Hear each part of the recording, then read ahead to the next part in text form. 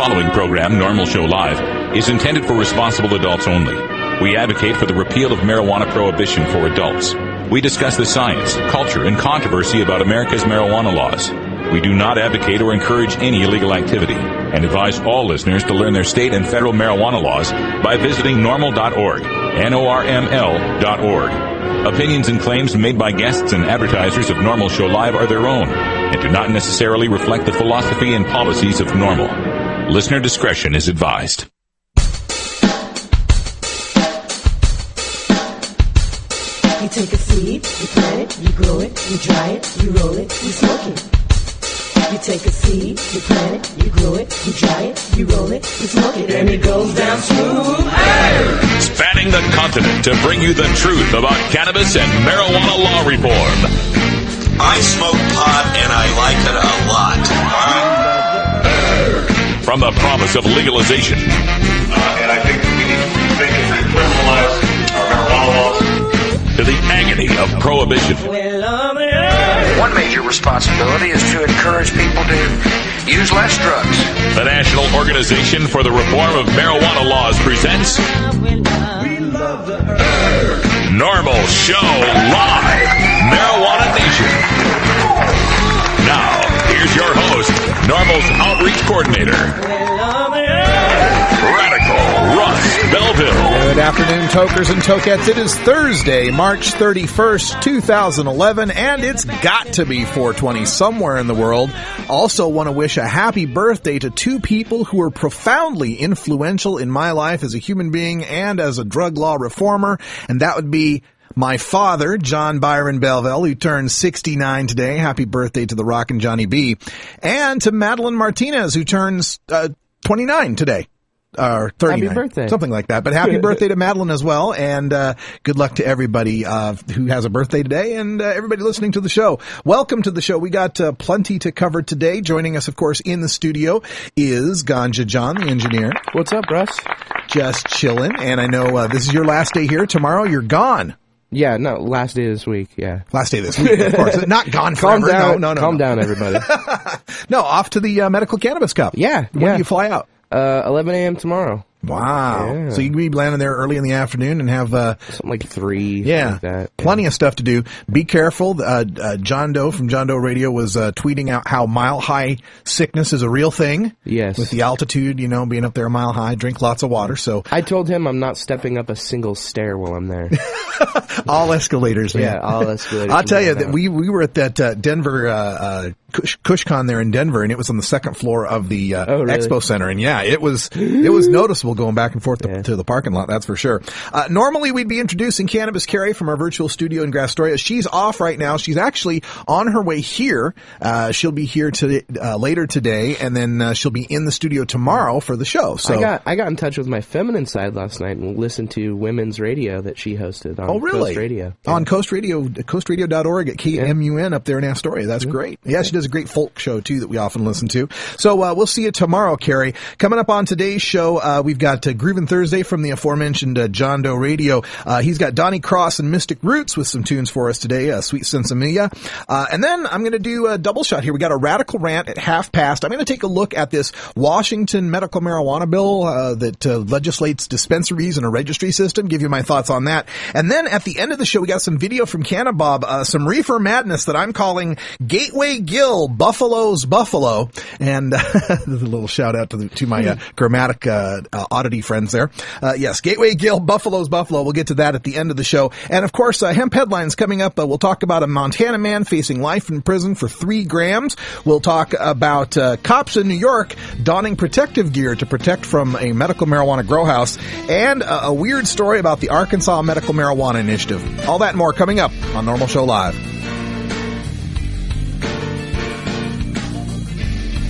You're listening to NORML Show Live, the voice of the marijuana nation.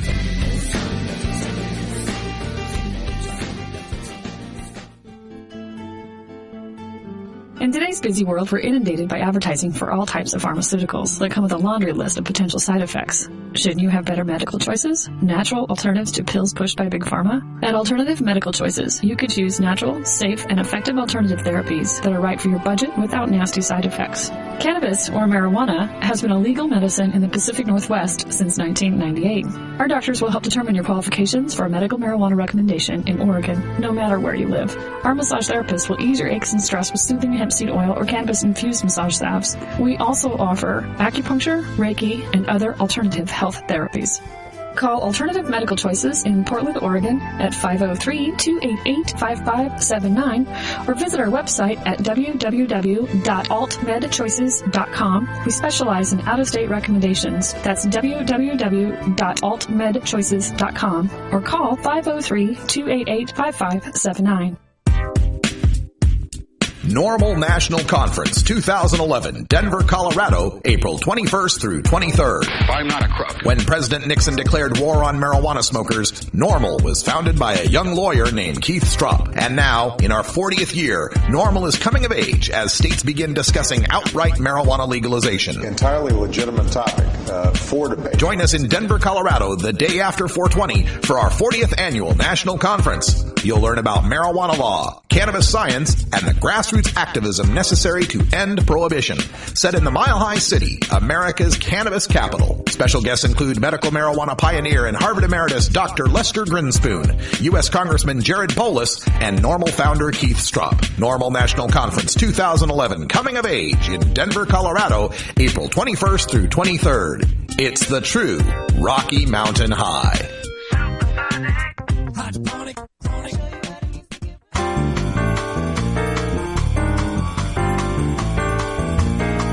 Medical marijuana, industrial hemp, consumer cannabis.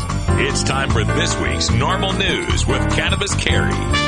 Cannabis Carrie's off today as she comes down here to Portland, so I've got the news for you today. A Montana man faces possible life in prison for sharing 3 grams of medical marijuana. This is a story from the Missoulian today. In a Missoula County courtroom, an 8-woman, 4-man jury found Matthew Otto, age 27, guilty of a single charge of criminal distribution of dangerous drugs. In this case, 3 grams, well under an ounce, of marijuana. Otto faces a maximum penalty of life in prison and a $50,000 fine. Well, first of all, under an ounce? Look, how about more like under a tenth of an ounce?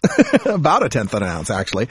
Regardless, Montana law defines sales or distribution, and that counts giving, handing someone a joint, of any amount of marijuana. It's a felony, and it does allow for 1 year to life in prison and a $50,000 fine. Now, Otto's actually lucky he wasn't within 1,000 feet of a school, or they would have tacked on an additional 3 years minimum to that sentence.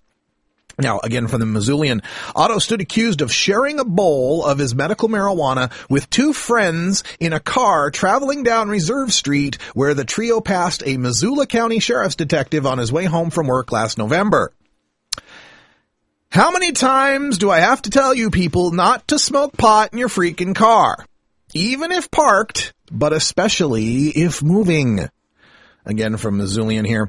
Both Deputy Missoula County Attorney Andrew Paul and Public Defender Chris Daly questioned potential jurors closely as to their experiences with and attitudes toward marijuana, medical and otherwise. Roughly half the 24 people from whom the eventual jury was chosen raised their hands in response to a question as to whether they'd smoked marijuana. While none had medical marijuana cards, 5 had family members with green cards, the medical marijuana cards. Okay. The reason why half of them raised their hand is because half of all U.S. adults aged 50 or younger have tried marijuana. If that's going to be a disqualification for jury duty, you're going to find it increasingly hard to seat juries. In fact, that happened in Montana just last December. They couldn't seat a jury for a marijuana trial, and it ended up getting settled. Again, going back to the Missoulian, Samantha and Jordan Lambert, who was driving the car, originally told Missoula County Sheriff's Detective John Guntner that they'd gotten the marijuana from Otto, according to court papers. Wednesday, they testified they didn't remember who lit the bowl or where the marijuana in it came from.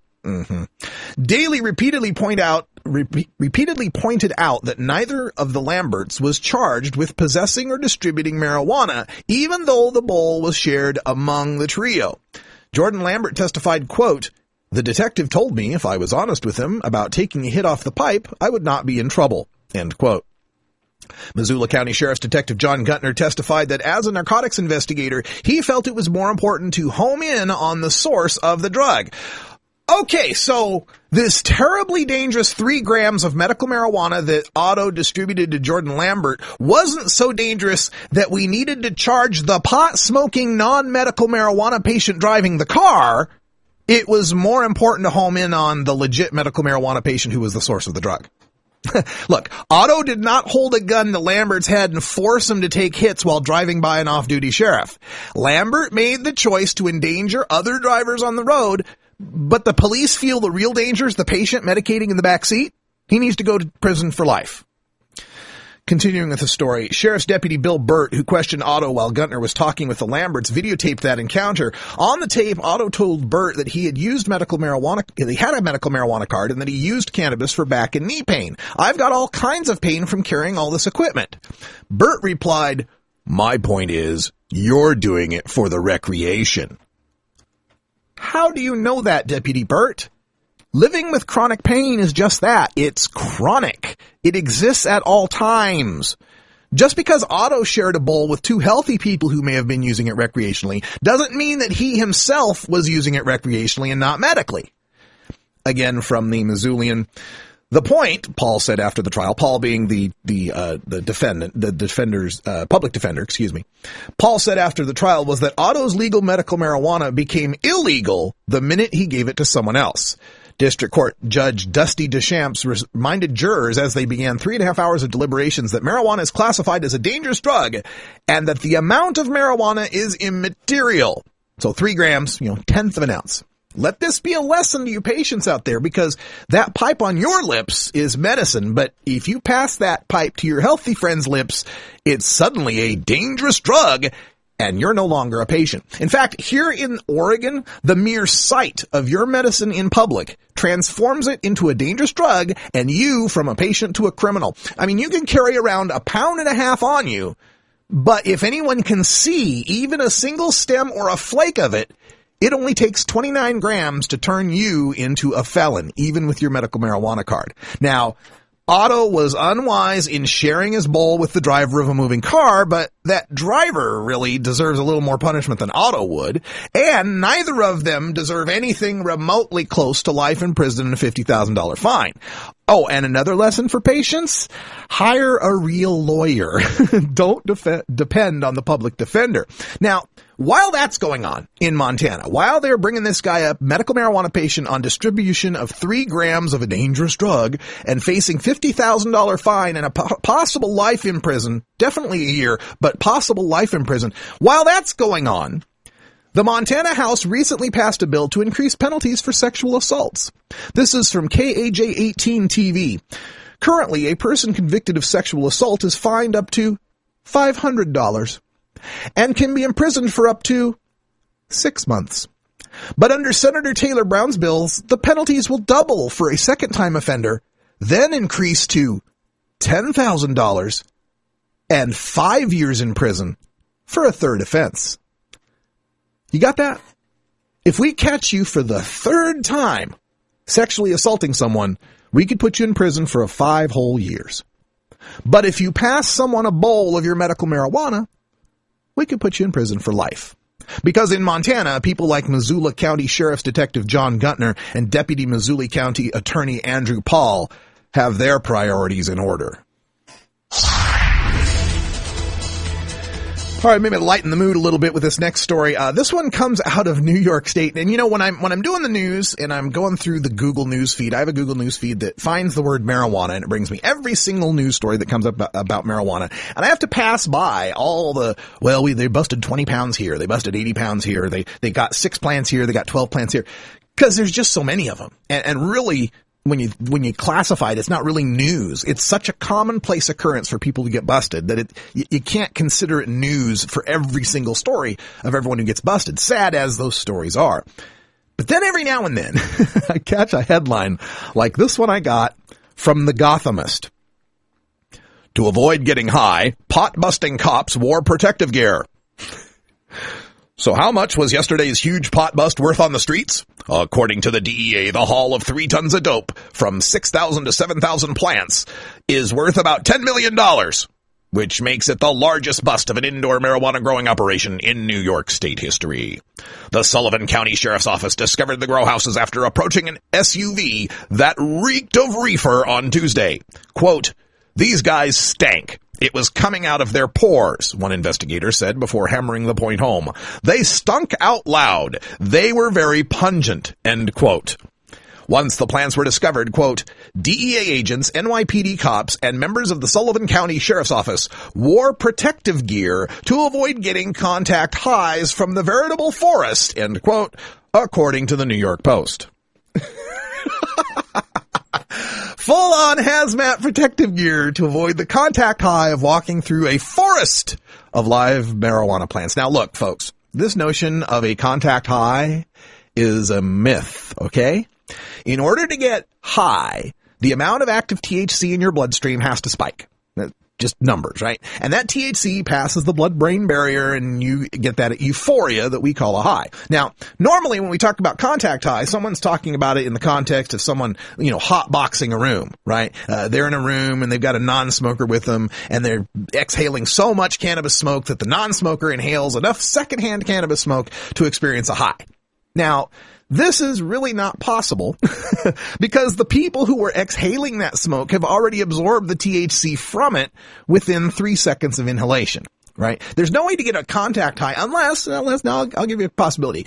If you had massive amounts of cannabis left to burn openly in a small room, or the people smoking cannabis inhale and exhale so fast that there's still a lot of THC in their smoke. Now, if you're in a room full of inexperienced smokers, and, maybe, but really there's a better case to be made for a placebo effect, that you're just feeling a contact high because everybody else around you is acting like a fool and you're feeling kind of goofy.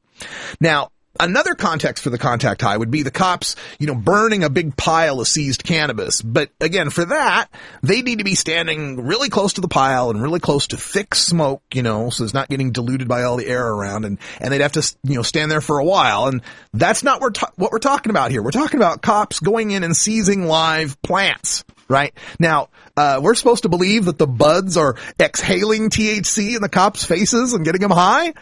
Look, that pungent stank that you're experiencing comes from flavonoids and terpenoids of the cannabis plant. Those don't get you high. They stink. They don't get you high. THC is contained in those resiny trichromes on the buds. And if that's a problem, wear some gloves. Really, the only reason you put on that full hazmat meth lab protective gear was to propagandize the danger of the grow houses to the media. That's why you did it. You're just trying to, send a point home here. Now, again, let's go to those numbers from the DEA. According to the New York Post, it said there was a forest of 6,300 pot plants with a street value. Oh, it's 20 million now, John. It's 20 million. Not 10 million. 20 million. That's about $5,000 a pound. We're getting there. 6,300 pot plants with a street value of 20 million. And according to DEA spokeswoman Erin McKenzie Mulvey, the plants would account for the equivalent of 3 million joints. 3 million. 3 million. So I got my calculator out because me, I'm into like math and science and rationality and stuff. Silly stuff. My calculator tells me that means 6,300 goes into 20 million. Did I do 20 million or 10 million? I think I did 20 million. Yeah, I did it right.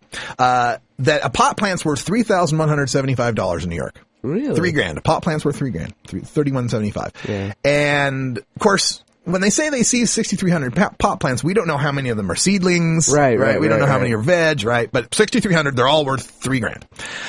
And then for the 3 million joints, that means a pot plant will produce 475 joints. Ish. 475 joints. And that means that a joint must sell in New York for $6.75 a piece. Come on. Yeah, now. I don't know about that. It cracks me up whenever they try to, scare us with this. The DEA tries to scare us with this value of a pot plant as if all of them would be brought to harvest and then all of them would be sold on the street as if they were joints. We always get these incredibly inflated numbers to scare the public. $20 million worth of marijuana plants, 6,000 plants, 3 million joints off the streets. But when a patient is suing the local sheriff to get his lawful medical marijuana plants returned, Yeah, suddenly those plants aren't worth $3,175 a piece anymore, are they? Right? Suddenly they really drop in value here. Oh, that's amazing. New York cops don protective gear. The story's up at the blog at stash.normal.org, where you can also get more information on all of the stories we cover and downloads of the music and the podcast from the first hour that you're hearing here at live.normal.org. Also, get the information on the Normal Network. Just click the heading at the top that says the Normal Network for a PDF of the schedule and the dates and times of all the shows. I think if you busted into my house with hazmat gear on to grab my pot plants, I'd probably laugh at you. That's an amazing story, man. I wish I had a photo from it. Yeah. We'll be right back after this. It's 20 after the hour, and we have to take a short break, if you know what I mean. Please support these sponsors who support Normal Show Live. Oh, have you ever met that funny reefer man? A reefer man. Have you ever met that funny reefer man? A reefer man. If he said he swam to China, he would send you South Carolina. Then you know you're talking to that reefer man. USVI normal go broke down barrier. Herb is medicine to broke down barrier. Boost the economy and broke down barrier. It's helping other states broke down barrier. Cannabis for legalized to broke down barrier. Join and speak your voice broke down barrier. We gonna change the law broke down barrier. We got to educate broke down barrier. Yeah, this is Nayora, you know, bigging up USVI normal. Working to legalize cannabis, you know, for the whole of the Virgin Islands. USVI NORML is a non-profit organization working to legalize cannabis for the use by the industries and responsible adults. Do your part. Join USVI NORML. Register to vote. Pass the word. Voice your opinion. You can change the law. Contact us for more information at 340-244-9179. You can also visit our website at www.usvinorml.org. High in the Rockies, for the first time ever, High Times is hosting the Medical Cannabis Cup in the Mile High City, Denver, Colorado. Come to the High Times Medical Cannabis Cup. There'll be cultivation seminars with High Times editors Danny Danko and Nico Escondido, plus other experts and cannabis celebrities. Attend activism seminars with leaders of the medical marijuana movement, including advice on how to start your own canna business. Meet industry leaders in medical cultivation, hydroponics, smokable glassware, hemp products, dispensary supply, cannabis accessories, and more. Plus, Medical Cannabis Cups will be awarded to the best indica, sativas, concentrates, and edibles entered by legally operating medical marijuana dispensaries and growing collectives. And don't forget Saturday night when the Medical Cannabis Cup will host the extravaganza with surprise musical guests. The High Times Medical Cannabis Cup, April 2nd and 3rd, 2011 at Exto in Denver, Colorado. Visit medcancup.com for details. Be part of the growing cannabis industry. Come to the High Times Medical Cannabis Cup in Denver.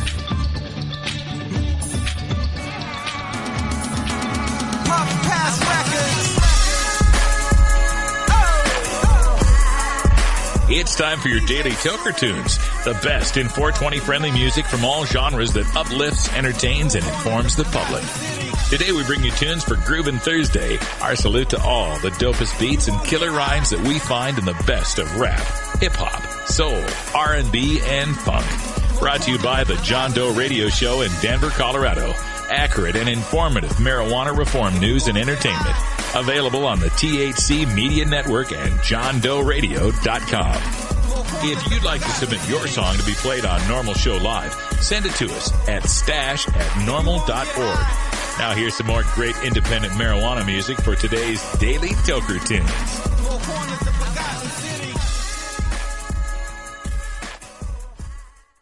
Smile. It's a doobie.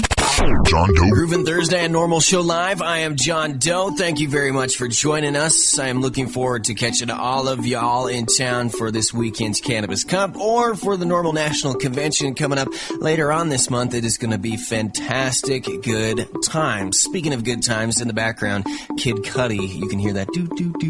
Oh yeah, that's just sweetness. Going to get to see Kid Cudi this weekend at the High Times Cannabis Cup in Denver. We will try and get an interview with him if we can.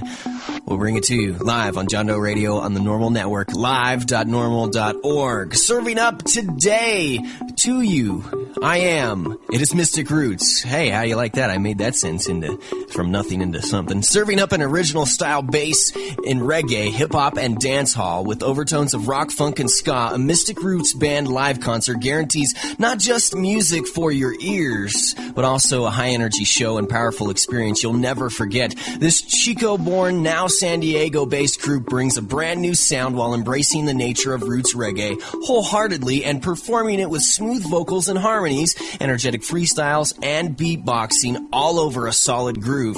The music and lyrics are catchy and upbeat, yet with a powerful and positive message. The musicianship of the players is top-notch, and arrangements are often complex and always interesting. I can tell you, being a musician myself, the Mystic Roots are second to none when it comes to bands, really anywhere, honestly, but when it comes to bands in our sort of celebrated culture, they are second to none. The band tours the U.S. full-time, playing shows with some of the biggest names in reggae, hip-hop, and rock. Mystic Roots Band promotes positivity and spreads a conscious message while still having a good time and keeping the party going. Fans describe Mystic Roots Band's music as a refreshing, energetic, and cutting-edge sound that people are immediately drawn to.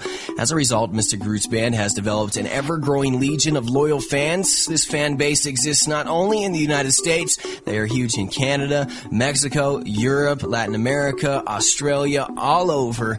That's what happens when you tour 24/7. This song, a remix that I got here recently called Sweet Sensimilla. You heard it right here on Normal Show Live. I am John Doe. Until we meet again, we'll see. Why yaga yaga yeah.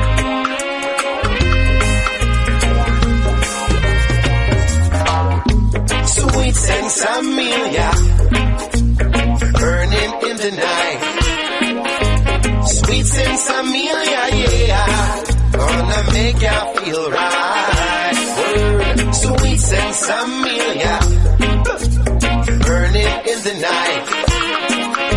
Sweet Sensimilla, yeah, gonna make ya feel right. Word. I remember the day Jah showed me the way.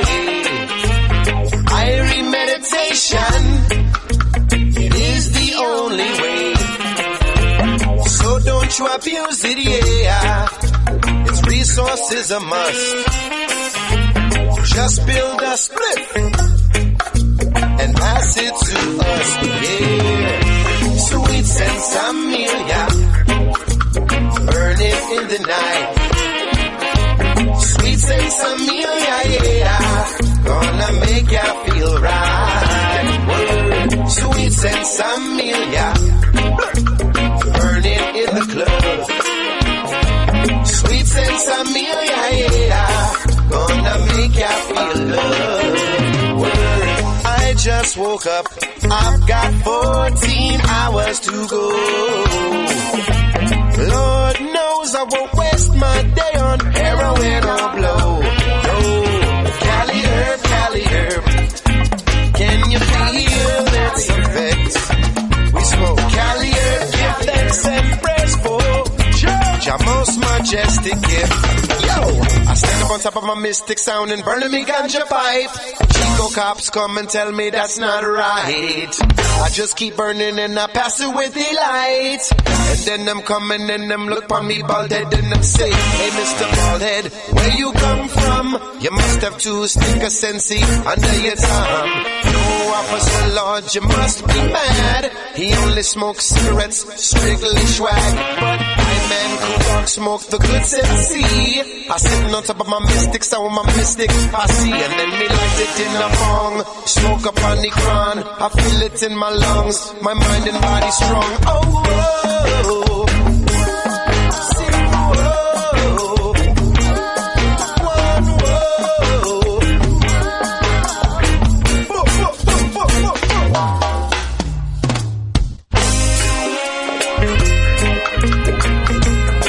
We smoking sweet Sensimilla. Now watch my style flip-flop from dancehall to hip-hop. This is dedicated to my people east and west. Getting hella faded like in Pineapple Express. We like to blaze our eyes, puff whenever we can. That's why we keep a vaporizer up inside of the van. Ganja on demand, how it's meant to be. That's why I got my card to shop at the dispensary. Thank you. No more penitentiary for my crops, beg your pardon. I got a legal herb tree in my garden. 420, I got plenty in the ashtray. Colorado legalized so we can all get nasty. My people up in Amarillo waiting for Texas to partake in herbal medication. Then we can catch a fire so incredible, or bake me up a batch of peanut butter edibles. Ganja chocolate get me higher than a rocket. I like to vaporize with my lady before I knock it. Ganja, grow right. I ain't afraid of police, just them little spider mites. NorCal, hydro, cushion my possession. Mendo got the endo and the roots got a question. Who freaks the funk? The ill funk freak is smoking straight. Sweet Sensamilia. Who freaks the funk? The ill funk freak is smoking straight. Sweet Sensamilia, yeah.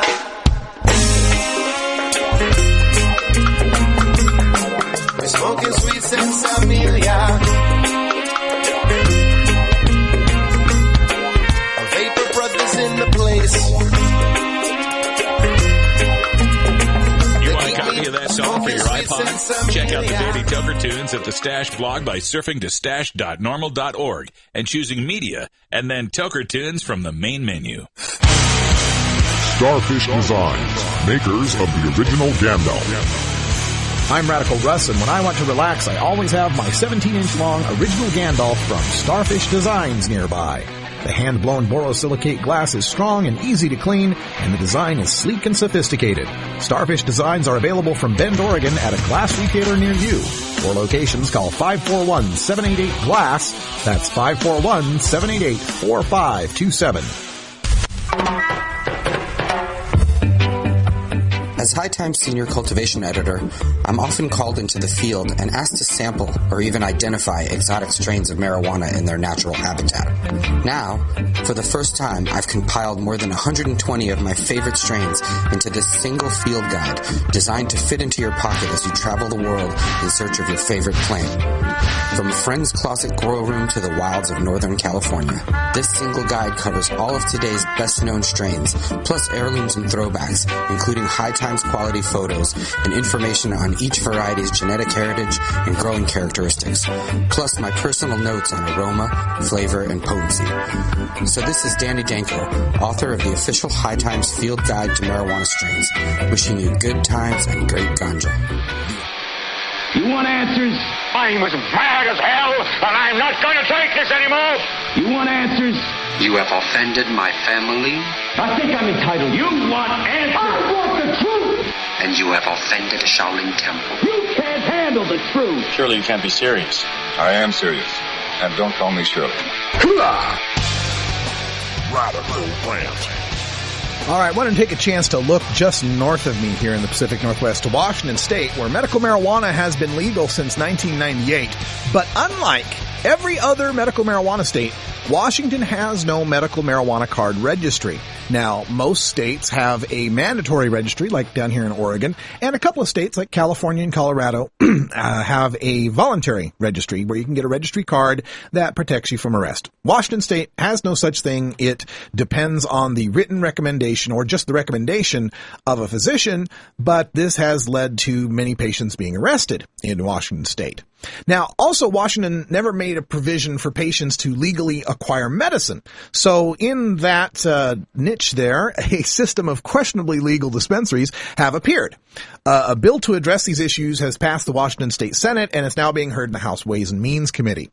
Now, medical marijuana dispensaries in Washington State are based on a novel legal theory that they aren't really storefronts selling cannabis to multiple patients, but they are an individual caregiver caring for the health of one individual patient at a time.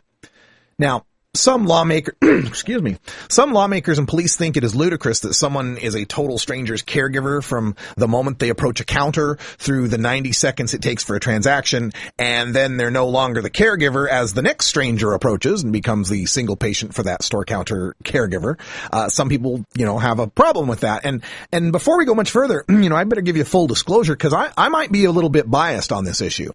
My wife has her license as a certified nurse's assistant and had spent many low-wage hours and injured her back and knees helping disabled elderly adults twice her size in and out of beds and on and off of toilets. She's changed the diapers of patients, fed the most disabled patients by hand, and been kicked and punched by patients with Alzheimer's agitation, and sat with loved ones in hospice as they watch their relatives pass on while racked with opiate-deadened pain. So forgive me a little if I get peeved at a weed dealer calling himself a caregiver, okay?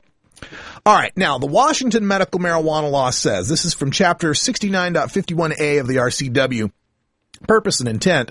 Persons who act as primary caregivers to such patients shall also not be found guilty of a crime under state law for assisting with the medical use of marijuana. Definitions. Primary caregiver means a person who is responsible for the housing, health, or care of the patient. And furthermore, qualifying the designated primary caregiver shall, and this is the part they pin the dispensary theory on, be the primary caregiver to only one patient at any one time. So again, that's their theory, is that, I'm sitting here behind a counter with a whole bunch of medicine, and a person, a total stranger to me, walks up and signs up to be my patient. I'm their caregiver. I'm only signing up with one person at one time. I provide them medicine, which is assisting with the medical use of marijuana, and then they leave, and then at that point they cease being my patient that I'm caring for, and the next stranger who walks up is the patient that I'm the caregiver for, right? Now, someone who voted for this law, who's not into medical marijuana, doesn't know the whole situation, would probably read those sections I read you to mean that a person who's a caregiver is somebody who's legitimately caring for a medical marijuana patient's housing, health, or care and only takes care of one patient. But now the medical marijuana dispensaries are interpreting it to mean, my exchange of cannabis for money counts as caring for a person's health so long as I'm assisting with the medical use of marijuana for only one patient at one time. Now, this might be legally defensible, but it's not common sense defensible. At Washington State's Department of Health site for nursing, they define a caregiver as anyone providing hands-on personal care and or assistance with daily care. Washington State's Caregiver Resources lists caregivers for aging, ALS, Lou Gehrig's disease, Alzheimer's, Easter seals, United Way style resources, people that go to your house and cook your food and, take care of your bathroom necessities, etc., right? Everywhere else you look in Washington law, a caregiver is someone who does more than merely dispense medicine to a patient. And while you do have to acquire medicine in order to use it medicinally, the act of acquisition is not the act of use. Now, there actually is a designation in Washington law for someone who just dispenses medicine to a patient. It's called pharmacist. Yet, when I look in the 616-page Washington State Department of Health Board Pharmacy Laws and Rules, there are only two references to caregiver. One's on page 257, referring to a product safety educational campaign that should include foster parents and other caregivers. Another is at page 578 that defines in-home care settings and how caregivers relate to that and to dispensaries. But in other words, nowhere in Washington law is a pharmacist referred to as a caregiver. Even if you can argue that his dispensation of medicine to sick and disabled patients is necessary for them to use those substances medicinally. Now, of course, pharmacists aren't allowed to dispense cannabis, which is why we have this whole caregiver acting as a pharmacist for patients who need cannabis. And look, my analysis here is not meant to demean the people doing that or the people taking advantage of that. We got to get medicine to sick patients. I'm just saying this. I'm not a dispensary, I'm a caregiver justification is part of the reason why the voting public is increasingly buying into the meme that medical marijuana activists are really just pot dealers cleverly duping the public, that our cries of caregiving ring hollow in the face of profits, and that if they give us an inch of compassion, we'll exploit a mile of loopholes. Now, the Kitsap Sun reviewed the latest committee meeting on this bill, and here's a quote from the Sun. It says, "The current bill, introduced by State Senator Gene Colwell, Democrat of Seattle, would set up a regulatory system for licensing and monitoring medical marijuana producers, processors, and dispensers. It would also provide protection from prosecution for qualifying patients, healthcare professionals, producers, and dispensers. And it would establish a registry of patients and providers, which law enforcement could consult to make sure users, growers, and distributors are legal." Now, every time the subject of a registry comes up here, I hear complaints from some folks, and including in the Kitsap story, Attorney Kent Underwood, who said, since marijuana remains illegal under federal laws, some fear that federal law might check the registry for leads on its cases. Look, every other medical marijuana state has either a mandatory registry system or a voluntary one, and none of them have ever had those databases queried by federal law enforcement. It's not happened. The feds have tried subpoenaing patient records and registry records, but they've never been successful. They're turned away by the courts every single time. The only law enforcement that can access the patient registry are the state and local cops, and they can only do it in pursuit of a case where they have probable cause, and they have to be identified and recorded when they access the database, and they can only get a yes or no answer as to whether a person or property is legally registered for medical possession or cultivation. They can't go on a fishing expedition to find out if a guy that they don't like is growing weed, and even if they did, what would they find out? They'd find out he's legal under the state law, and they couldn't go after him. There's no fish worth catching here, and the state local cops, there's nothing for them to be going after, and the federal cops aren't allowed to cast their line in the pond. If the fear here is that you're going to be on a list, oh my God, I don't want to be on a list, isn't the list of people not to arrest a good list to be on? If you're going to be on a list, I would think so. I have a caregiver card here in the state of Oregon. I think it's much better to have a card that says, please don't take me away in handcuffs than not. But that's my opinion. All right, let me go to this other part on this. The House Healthcare Committee made several changes to the Senate bill, including requiring the Washington Department of Health to set up a county-by-county quota of medical marijuana dispensaries. Well, that's good that we might have, at least a minimum number that are required in a county. All right. State licenses would be issued by lottery to a specific number of dispensaries in each county. Current dispensaries would not be guaranteed to receive licenses if the bill becomes law. This is a legitimate concern. This I have a problem with because, sure, these existing dispensaries, caregivers one at a time situations may not be legal technically, but they do have experience. Why would we punish the caring provider and successful businessman with good intentions who's running a well-liked dispensary for years by letting a lottery reward some Johnny-come-lately carpet-bagging prohibition profiteer who's dealing street-priced eighth from a third-rate office? Why do we want to punish the guy who's doing it well, the guy who's got the clientele, who's got the experience in the business, and who has legitimately been helping people? Again, I don't want anybody to, because I know people get upset at this, but, I'm upset with the tactic. I'm upset with this justification that has to be made, the way that it rings in the public domain and in the media. The act of actually getting the medicine to the patients, I applaud. I think that's a beautiful thing. But this lottery idea, reward guys that just showed up, late in the game to try to make a buck. They have just as much chance as the people who've been working in Washington State for decades now to help patients. That ain't right. That ain't right. Still, I think having a regulatory system for licensing and monitoring medical marijuana producers, processors, and dispensers in the law, I think that's a better protection than, well, my dispensary is just a primary caregiver to one patient at a time. I don't think that's going to protect you for very much longer. Now, one other part in this Washington bill I also have a big problem with. Another change forbids a doctor's practice from being solely concentrated on medical marijuana prescriptions. They mean recommendations. The media still does that. This is just a knee-jerk reaction of politicians who see medical marijuana clinics as some sort of, front to artificially inflate patient rolls. What they don't understand here is that most patients, almost every patient I know, would prefer their primary care provider would recommend cannabis for them, but they can't. If their doctor works for the Veterans Administration, they can't because it's against federal law. If their doctor's working for certain hospitals, working for certain HMOs, or carrying certain insurance, they can't recommend because their boss or their policy or their contract forbids them from doing so. There's even some doctors who could recommend, but they're so afraid of the stigma and any interference with their federal prescription license that they won't do it. And then there's some who legitimately might want to help a patient or two, but they don't want to become known as a pot doc and then get flooded with requests from everybody, from a bunch of their other patients. So the majority of their patients can't get their medical marijuana recommendation from their doctor.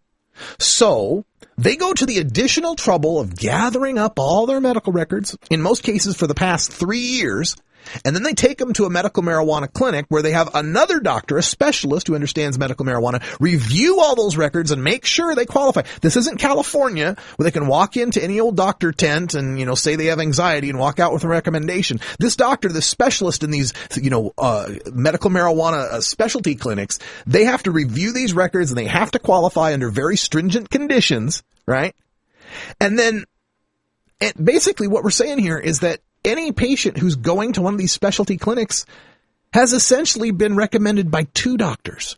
They've already had their condition verified by their primary care physician, and now it's been the second opinion. It's been verified a second time by the medical marijuana doctor. And that you have a problem with, that you're going to take away from people. You're going to take away their right to be a legal medical marijuana patient, because they happen to have the wrong doctor who's a VA doctor or works for, Blue Cross Blue Shield or Kaiser or any number legacy healthcare system, whatever. That's going to be the reason you're going to make them a criminal again. This is just insane. So there are good and bad points to this Washington State medical marijuana bill that's currently in the House Ways and Means Committee. To me, the addition of a registry and the regulation of dispensaries are good things, but this distributing it through a lottery and trying to restrict the medical marijuana doctors are bad things. This is not the final bill. It can be amended. Contact your Washington State legislators, and we've got a list of them at NORML.org. Also, check out Washington NORML at WANormal.org. That's the Radical Rant for now. When we come back, we'll be debunking some reefer madness from Gateway Gill, who buffaloes buffalo, right after this. 76% of Americans no longer support arresting and jailing marijuana smokers, and nearly as many support the medical patients having access to medical marijuana. And over 80% of our citizens now believe the war on drugs is an ineffective failure. So the question is, when will the government's misguided war on adult marijuana smokers finally end? When? Simple. When you and your like-minded friends, family, and coworkers get involved with an organization such as the National Organization for the Reform of Marijuana Laws, also known as NORML. My name is Keith Stropp, and I founded the organization in 1970. Contact us at NORML, toll-free, 888-67-NORML, or by visiting the organization's up-to-date webpage at www.normal.org.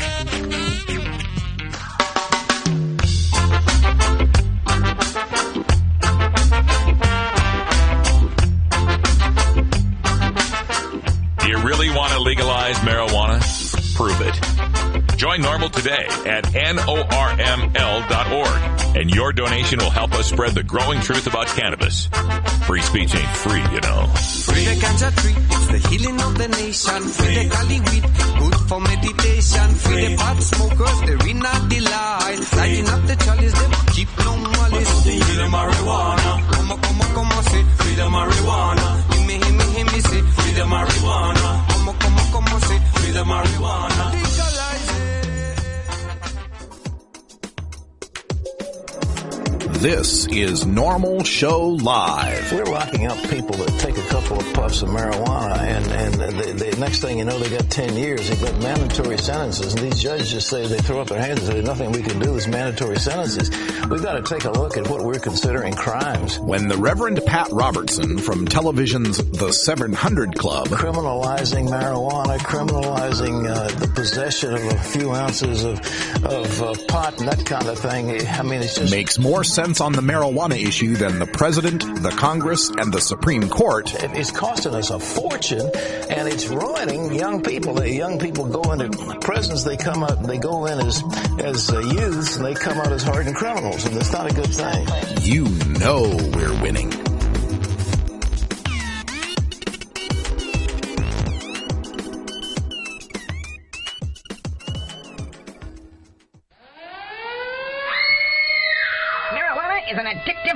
which produces in its users insanity, criminality, and death. Marijuana is the most violence-causing drug in the history of mankind. If the hideous monster Frankenstein came face-to-face with the monster of marijuana, he would drop dead from fright. Oh, yeah, some classic reefer madness coming up for you. Gateway Gill, our drug czar, Buffalo's Buffalo. You may remember he went out to Seattle to visit with the editorial board of the Seattle Times after they had called for marijuana legalization. But Gill, in addition to being a former police chief in Seattle, also spent time in Buffalo, New York. And so he went this week to the Buffalo newspaper and spoke to them. We have video from that was so graciously put together by Cannabob. Talking drugs with the nation's drug czar, R. Gil Kurlikowski chats with the Buffalo News March 28th. Question, are we winning the war on drugs or losing it? I ended the war on drugs 2 years ago, Dan. You should have read the Wall Street Journal. I mean, Gary Fields, I got to send you the article. But I just think that's the wrong metaphor and the wrong way to work in it. In minority communities, war on drugs, people think of it as a war on them. I wonder what might have led to that perception, Gil.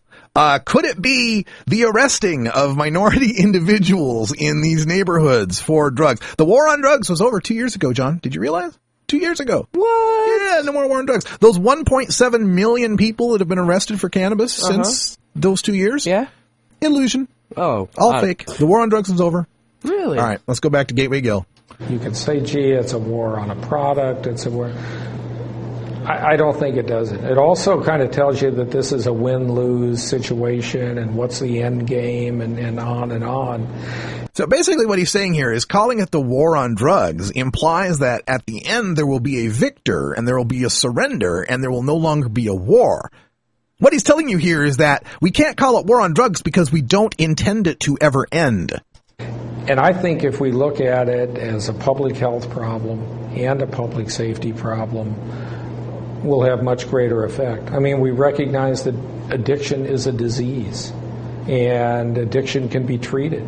Yeah, here's the problem, though, Gateway Gill, is that the people who really seriously have addictions to methamphetamine, cocaine, heroin, they can't get in the beds for the treatment because they're filled up with nonviolent marijuana consumers whose only tie to addiction is they got caught by the cops and sentenced by a drug court to go to a rehab. If you're really serious about treatment over incarceration, why does the budget of the Obama administration very closely match the same ratios as the Bush administration, the Clinton administration before that, and so forth? Administrations going back throughout the drug war with a 2-to-1 funding ratio of incarceration and interdiction to treatment and rehabilitation. You cannot run away from those numbers, Gil. The fact remains the Obama administration likes to talk about rehab and all, but when the money is put down, they like to continue what we've been doing, and that's arresting people for drugs. You know, if we all go out, one evening, 5 of us, one could be a little bit more affected by something that they drink, just a little bit more, because of their makeup than maybe the other 4 people. So we do have to recognize all the physical. The other part is bringing addiction and drug treatment as part of primary health care. So I'm not even sure what that means about the one person could get drunker than the other 4 people wouldn't get drunk. Are you trying to tell us, Gil, that people that have addiction problems are a minority, even when we're talking about alcohol, that most people, like when we're talking about alcohol, most people can use this substance responsibly, and unless they're causing a problem to someone else, we don't need to consider them an addict? Is that the point you were trying to make, is that most of the people using drugs are not abusing drugs? Because I'm not exactly sure why you threw that in there. Next question, is the criminalization of marijuana worth the resources needed to enforce it? We did a lot because California's Proposition 19, which was to legalize marijuana, and actually people in California did most of it, but we delivered a lot of information and support on all of the things that Proposition 19 said it would accomplish. Now, correct me if I'm wrong, Proposition 19 wasn't a federal measure, was it? It had nothing to do with the federal government, right? It was a state political initiative that you inserted the federal government into in order to propagandize against citizens who had put together an initiative to ask fellow citizens to vote on marijuana's legalization. Do we have it all straight here? Now, I understand there's nothing illegal about what you've done. In fact, the mandate of the Drug Czar's office is to oppose the legalization of any substance in Schedule 1, regardless of what use it may be used for, medical, spiritual, recreational, doesn't matter. In fact, it is your job to go out there to California and oppose Prop 19. I just wanted to make sure everyone was clear here that we're using federal taxpayer funds to interfere with democracy in the states. That it would reduce criminal justice costs, and the research shows it really wouldn't. If you think about alcohol as perfectly legal substance that's out there, and yet there are literally hundreds and hundreds and hundreds of thousands of alcohol-related arrests every year. DWI, untaxed alcohol, underage possession, on and on and on. So there's no reason to believe that marijuana isn't going to result in also criminal justice arrests. Well, except for that whole part about alcohol being toxic and addictive. Yeah, other than that part, right? Other than the part about alcohol being proven to lead to violence and proven to lead to problems on the roads and traffic fatalities and abuse of other human beings and crime. Other than that difference, really, there's no difference. I mean, we could expect, look here, this is the bait and switch that they always want to pull on you with the Drug Czar's office. And by the way, we'll be running this to the end of our show here in the podcast, but when we come back in hour 2, we'll continue with more Gateway Gill. So for those of you listening live, just, stay tuned. We'll continue all of this. But here's the problem. They always want to bring up alcohol and tobacco, and they say, we bring in X number of tax dollars from taxing alcohol and tobacco, but we have Y dollars in costs, which is greater than the X we bring in taxes, right? So it actually costs us more to have legal tobacco and alcohol. I mean, we do anyway. Nobody's talking about criminalizing those, are they, Gil? But we bring in less in the taxes than we actually spend in all the lung cancer deaths and drunk driving and enforcement of underage drinking, et cetera, et cetera, et cetera. Okay, that is absolutely true. Because again, those drugs are toxic and addictive. Cannabis use, it's not as if we legalize it and then suddenly there will be 25 million adults in America that are using it at least once a year. That's happening now, Gil. People are smoking pot right now. So if there is a cost, and I'm not saying there is, but if there is a cost associated to the society from the smoking of pot, it's happening now. We are paying it now. Okay, we're paying that cost right now, and we're taking in, let me see, zero. Yes, we're taking in zero in exchange, right? We don't even get as good of a deal as we get with alcohol and tobacco, where we take in some tax money to offset the cost of the people smoking and drinking. We're taking in zero in tax money for cannabis, and having whatever cost you assume there is from cannabis. And again, I'm saying there's not going to be a cost associated with cannabis anywhere near what we find from alcohol and tobacco, because again, cannabis is not toxic and addictive like alcohol and tobacco. What a silly thing. And furthermore, he concludes that with something about the, we have to have all these enforcement. We still have to arrest people for drunk driving. We still have to arrest people for minor in possession. So is your argument here the fact that if we legalized marijuana and still had to enforce laws against kids smoking pot or people driving stoned, that's too much of a hassle? We might as well just keep arresting everyone? Really? That's so many of the Drug Czar's arguments, when you listen to them, if you just work them backwards from what their stated goal is to what they just said, you work the logic backwards, you see how silly it is. The notion that the only way we can send the right message to the children is to continue to lock up cancer patients. The only way that we can prevent mayhem on the roads from stoned drivers is to lock up adults in their home who are smoking pot. The crazy logic, if you work it backwards, you realize exactly how crazy it is. Let's end here with a little more from Gateway Gill. The second thing they said is that it would help in taxes. It would increase taxes. But why would anybody pay taxes on something that they can grow in their backyard or buy on the black market? Well, goodness, why would I pay the beer taxes on a bottle of Budweiser when I can just go down? In fact, there's a place right down here off 83rd or so where I can go and get me home brewing supplies and brew my own beer. Well, you know why, Gil? Growing marijuana is a pain in the ass. It is. It's hard. It's difficult. It's not hard, but it takes a lot of effort. It takes a lot of diligence. John will tell you, man, it's not something you just jump right into. Oh, it's work. I'll throw a seed in there and then I'll have some weed 9 weeks later. No, it don't work like that, Gil. It's a pain in the ass. And plenty of us who have black thumbs wouldn't mind at all paying a tax to get some good quality marijuana at a decent price. And as far as there being a black market, the only way that black market could possibly exist is if the people, if you're overtaxing and overpricing the legal marijuana. Keep the prices reasonable, and plenty of us would much rather be legal than be buying off of an unregulated market. We'll get some more from Gateway Gil. We're going to continue this in hour 2, Toker Talk Radio. Also going to record this on the video so you can go to our site and catch the whole thing if you missed it on podcast. For Gone to John and Cannabis Carry, I'm Radical Russ. Take care of each other, Tokers. This is NORML Show Live, the voice of the marijuana nation. Take it on one more time. You take a seed, you plant it, you grow it, you dry it, you roll it, you smoke it. You take a seed, you plant it, you grow it, you dry it, you roll it, you smoke it. You take a seed, you plant it, you grow it, you dry it, you roll it, you smoke it, and it goes down smooth. Hey!